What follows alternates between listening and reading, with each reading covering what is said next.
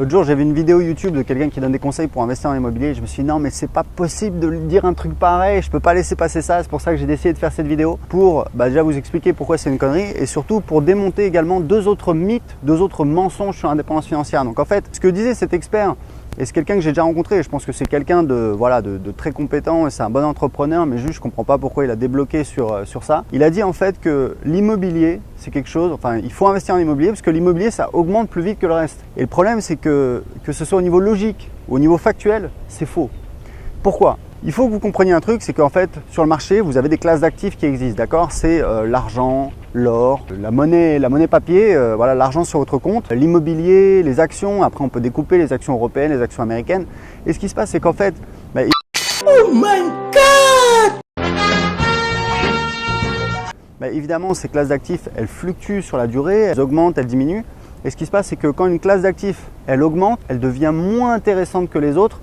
Je donne un exemple. Donc moi j'habite à Lisbonne depuis 4 ans avec ma femme. On a fait une super affaire. On a acheté un appartement en 2015 qu'on a rénové qui nous a coûté 155 000 € et qui nous rapporte aujourd'hui plus de 2 000 € par mois de revenus locatifs. Donc c'est une super affaire. Ça nous fait un taux de rentabilité je crois de presque 16%. Mais si quelqu'un arrivait aujourd'hui, vu que l'immobilier a augmenté, aujourd'hui, cet appartement, il vaut plus rénover 150 000 € mais peut-être 350 000 € et peut-être même plus. La semaine dernière, je l'ai mis en vente pour 510 000 €. Bon, on a eu que des appels d'agence immobilière, donc je pense que voilà, clairement, c'est beaucoup trop cher. On va baisser le prix. Mais je pense qu'il vaut au moins 400 000 €. Et quelqu'un qui l'achète 400 000 €, vous faites le calcul. 26 700 € de revenus locatifs annuels divisé par 400.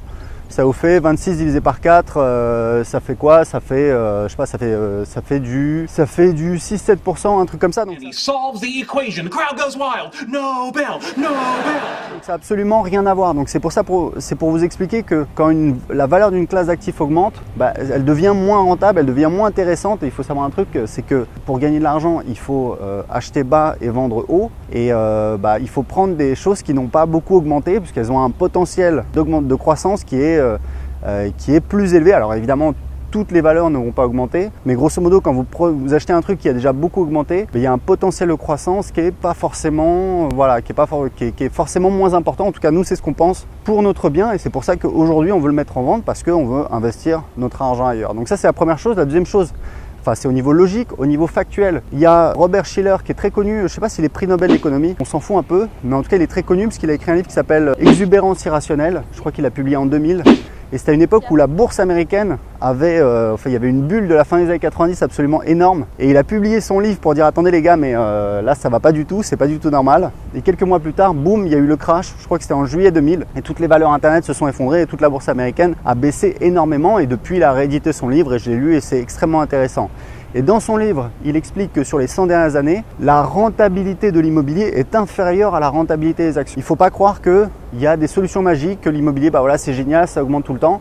Si vous prenez comme exemple l'immobilier sur le marché français, parce qu'il y a beaucoup de gens qui regardent cette vidéo, bien sûr, qui sont en France, il a beaucoup augmenté sur ces 20 dernières années. Il y a évidemment, c'est dû aux taux d'intérêt qui ont baissé, donc ça a tendance à augmenter la valeur des actifs, mais ce n'est pas que l'immobilier, la bourse a augmenté aussi. Et je dis juste que l'immobilier, c'est un super moyen de construire son indépendance financière, mais il faut faire attention, c'est pas une pilule magique, on ne gagne pas forcément tout le temps. L'immobilier, ça peut baisser, ça a baissé en France, à Paris de 92 à 97, c'est pas garanti que ça augmente tout le temps. Donc voilà, c'était juste pour vous dire ça parce que c'est important. Il faut écouter les experts, mais faites attention un petit peu à ce qu'ils disent, prenez-le avec des pincettes, même ce que je vous dis, ne croyez pas ce que je vous dis, faites vos recherches, et comme ça que vous allez devenir indépendant financièrement. Donc, en tout cas, pour moi, c'est le premier mythe. Le deuxième mythe, c'est un petit peu le fait de dire, on vous vend du rêve, quand vous serez indépendant financièrement, la vie est belle et puis roule ma poule, vous serez heureux et vous serez arrivé. Et en fait, ça ne se passe pas comme ça. Je crois qu'il y a une étude qui montre qu'au-delà de 5 000 € par mois de revenus, le niveau de bonheur n'augmente pas. Et moi, je vais vous dire un truc. Aujourd'hui, je pense que je suis indépendant financièrement parce que pour moi, j'ai pas besoin de chercher du travail. J'ai pas besoin de dépendre de quelqu'un. Je travaille sur ce que je veux, je travaille quand je veux. Et tout ça pour vous dire que je me suis rendu compte que ce qui me rendait vraiment heureux, c'est les trucs qui coûtent pas cher.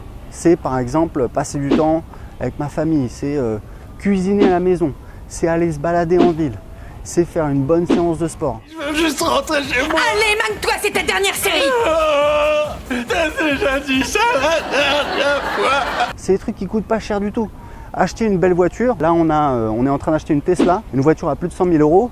C'est pas un truc qui me rend heureux, ça me fait plaisir, c'est cool, c'est voilà, c'est sympa, mais c'est pas ça le plus important. Ce qui est important, c'est vraiment ces relations, c'est être en bonne santé. Moi, je fais du sport tous les jours de la semaine, tous les après-midi, je vais à la gym. Donc voilà, c'est ça qui est vraiment important. Il faut comprendre un truc, c'est que évidemment, quand vous gagnez de l'argent, quand vous gagnez plus d'argent, ça fait plaisir et ça permet de faire des choses et c'est super important. Mais il faut comprendre un truc, c'est que l'être humain s'adapte. C'est le propre du vivant de s'adapter. Et en fait, quand vous arrivez, donc vous bossez pour arriver à une situation A.